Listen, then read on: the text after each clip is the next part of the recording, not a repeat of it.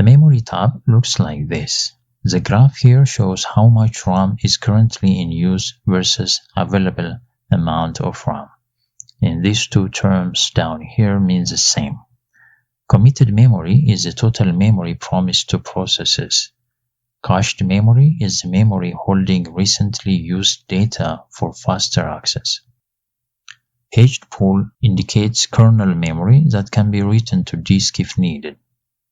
A non-paged pool indicates kernel memory that must stay in RAM, like drivers and system processes.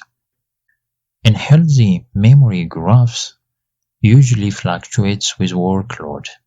Cached memory rises and falls with workload too, and committed memory stays well below total physical RAM plus page files.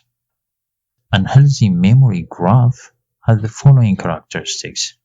Memory usage steadily climbs without dropping. That indicates a memory leak.